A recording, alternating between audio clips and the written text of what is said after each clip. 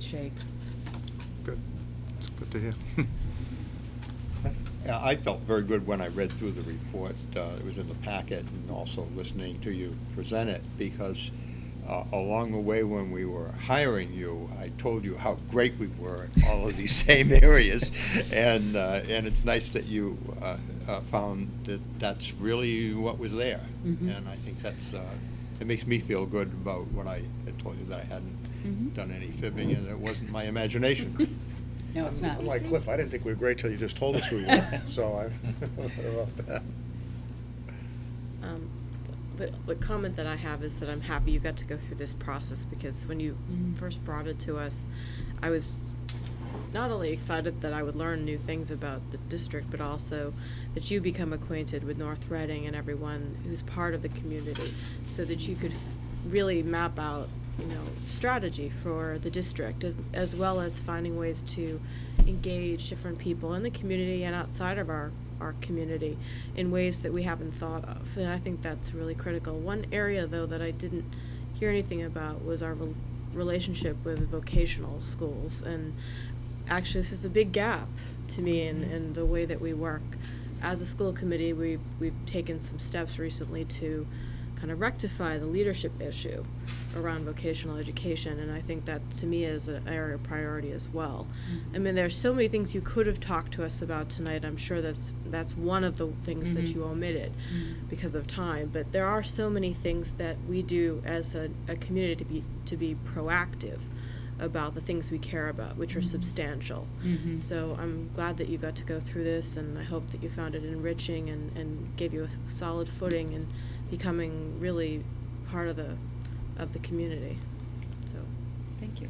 And I did. Where did you come up with the idea for an entry plan? I mean, is this something that's done routinely and? It's becoming more routine, although I would say probably half of superintendents that are new to districts complete it. Not Complete. everyone does. But I have a book that was given to me a very long time ago when I was in my graduate program, and it's called Entry by Yeah. Barry Jensen. I referenced it. And it really drove home this notion of, when you are new to an organization, particularly in a leadership role, it's very important that you do your due diligence to really explore every aspect of that organization to gain a firm understanding before you implement change. Because a change process, as you know, involves giving up something to get something. And so you have to understand the culture of the school district before you can go about making significant Yeah, change. if you think about it, it's almost a common sense thing, but it's such a worthwhile exercise to go to the links that you did to do that and do it right away, and then reduce it to writing in a presentation like that. So I thought it was very, very good. I think it's more common in business. Yeah, than it that's is what in that's what I education. thought you might have said it came from. It was Yes. from the Well, I business think community. it does, it gets the community invested in what you're doing, and I think it inspires confidence that you are going to listen to what the community, both the school community and the community at large, has to say. And I was also happy to see that, one of my concerns is when you have a really good school district, which I think we have, you tend to become complacent. And, part of that is I'm not saying it's good that we have so many new administrators all at once, but you have administrators the whole team has been here for a really long time, and I think some areas of complacency do set in. And I think that you talk here about not only maintaining what we have, but improving. And I think there are areas, that we can improve on, and I think you hit on a lot of them.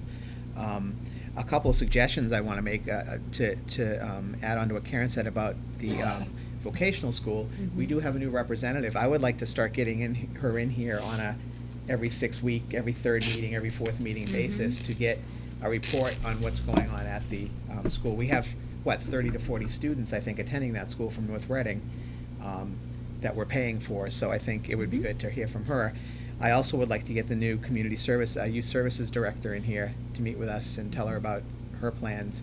I think she's been on board for a couple of months now, so I think that would be good. You and I, when you interviewed me for this, but we've also had discussions, that some of my hot button areas are technology, and I know other committee members share that. Not just the use of technology, but making sure our students are prepared to deal with the new technological world that we live in. So Mhm. it's not only, okay, we have a computer lab, it's how do I take advantage of social media when I go out into the real world and things like that. Mhm. And the other area that you and I talked about, and some people are probably gonna look at me strangely on this one, is the area of assessment. Mhm.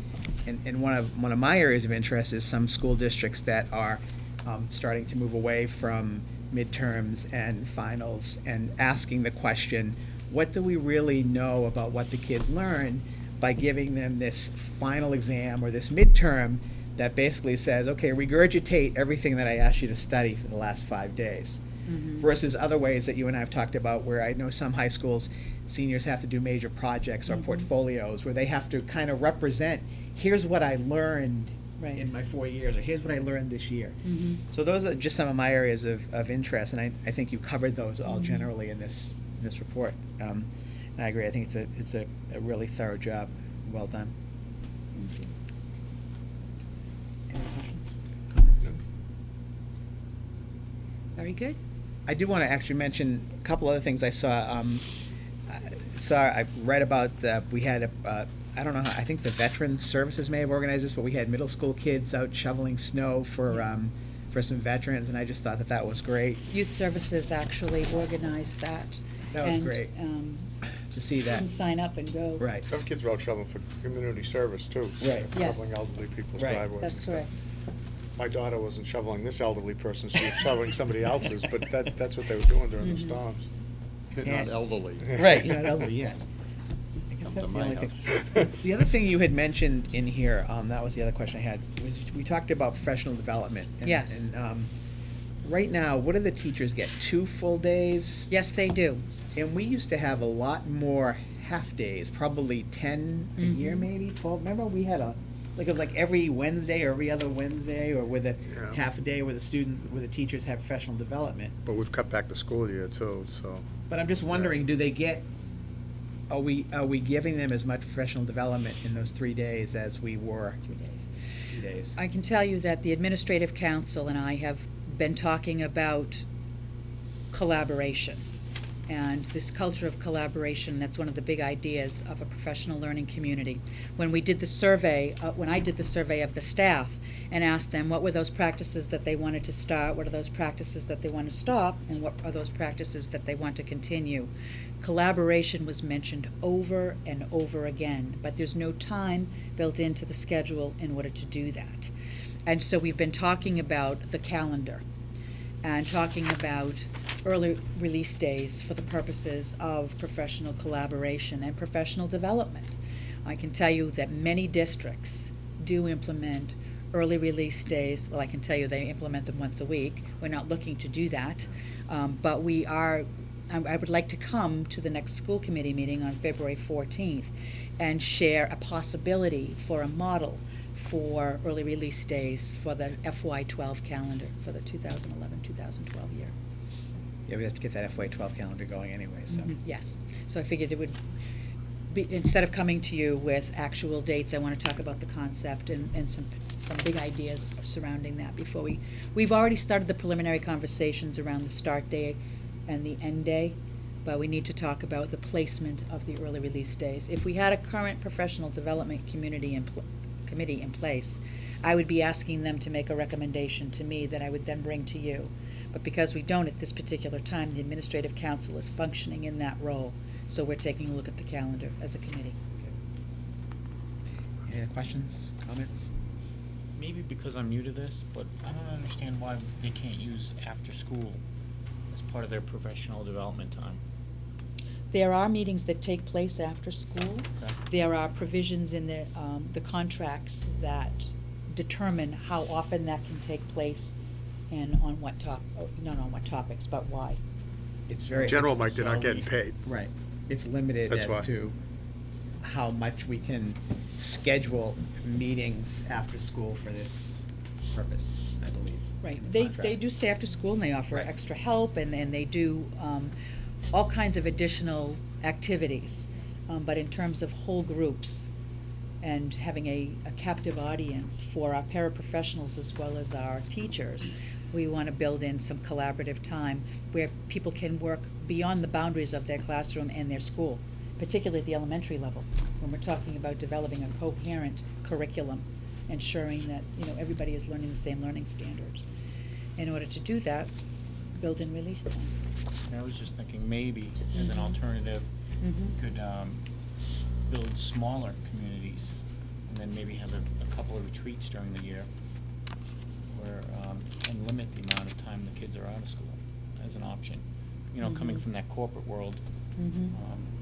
it's tough. I think you do have to understand find a that, balance as to how many release days you have versus Right.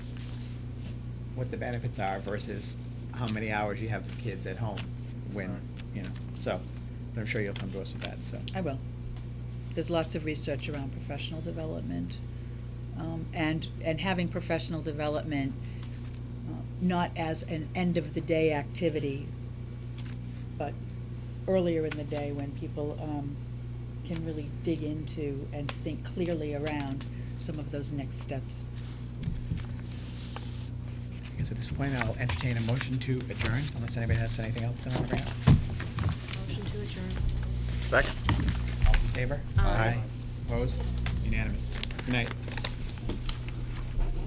Really? I'm forgetting something.